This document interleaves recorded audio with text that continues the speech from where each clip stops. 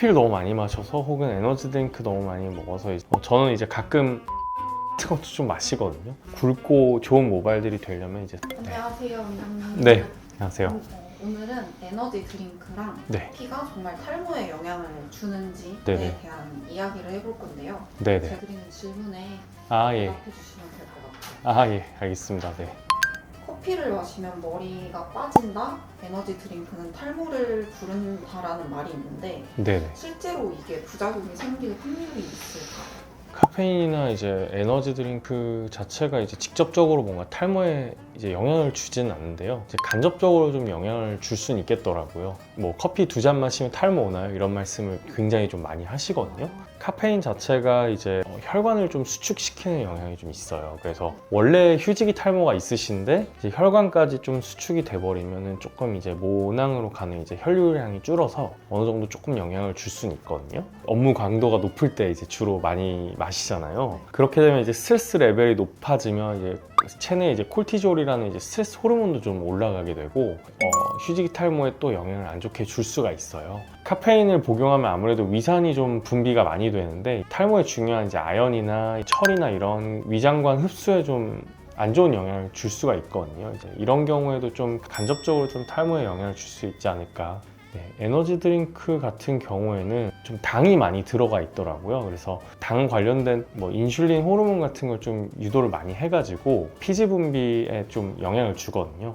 지루성 두피염이나 그런 게 좀 간접적으로 좀 영향을 주지 않을까. 카페인이랑 에너지 드링크로 인해서 네네. 트러블이나 탈모 의심 사례가 혹시 있다면 소개해 주실 수 있어요? 커피를 너무 많이 마셔서 혹은 에너지 드링크 너무 많이 먹어서 탈모가 왔다라고 해서 오신 분은 아직까지는 없었어요. 다행히도. 근데 이제 야근을 하시거나 학생들 같은 경우 이제 시험 끝나고 이제 휴지기 탈모로 오신 분들이 있거든요. 그런 분들이 이제 어떻게 보면 이제 사례라면 사례지 않을까. 네, 다행히도 근데 휴지기 탈모는 돌아옵니다. 네, 그래서 너무 걱정하지 마시고요. 관리 받으시면 금방 돌아오니까 스트레스 많이 받고 좀 모발 많이 빠지신 분들은 돌아올 거니까 너무 걱정하지 마세요. 네. 혹시 직장인 분들이나 수험생 분들은 과하게 드시잖아요.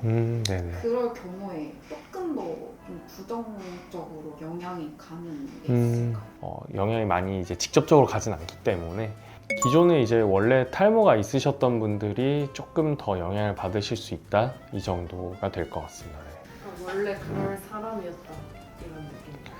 그렇죠. 예를 들어 이제 원래 이제 좀 휴지기 모발의 비율이 좀 많았는데 카페인을 좀 과다하게 섭취하거나 아니면 에너지 드링크를 좀 많이 이제 마시거나 이러면서 좀 더 악화가 될 수 있는 건데 뭐 저도 이제 하루에 커피 2잔 마시거든요. 그것 때문에 이제 뭐 모발이 더 안 좋아지거나 이러진 않아서 머리가 많이 빠지거나 이러진 않습니다. 네. 한창 네. 카페인 샴푸가 되게 유행했었잖아요. 예, 맞습니다. 네. 이 카페인 샴푸도 실제로 탈모에 네. 도움이 된다는 연구들도 나와 있는데 실제로 효과가 있는 예.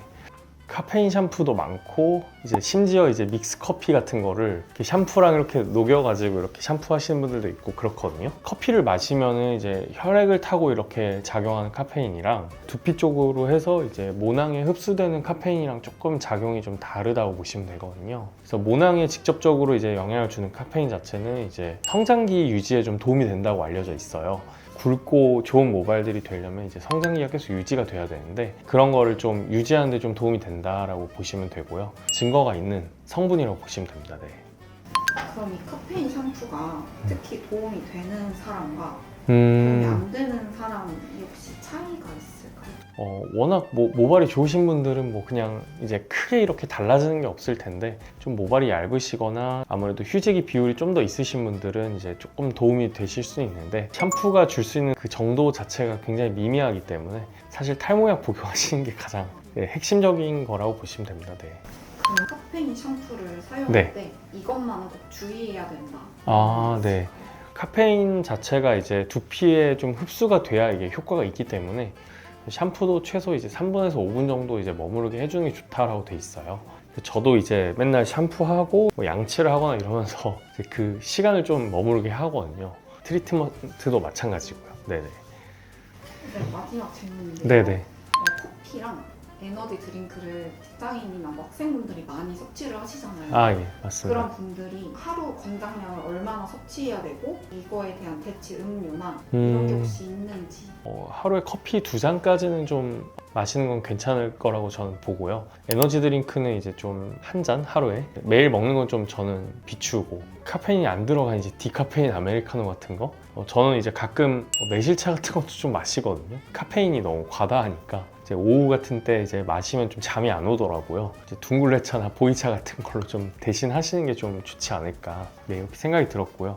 에너지 드링크나 이런 거를 좀 복용하시는 것보다는 그런 대체 음료로 하시면 어떨까 이런 생각이 들었습니다. 네.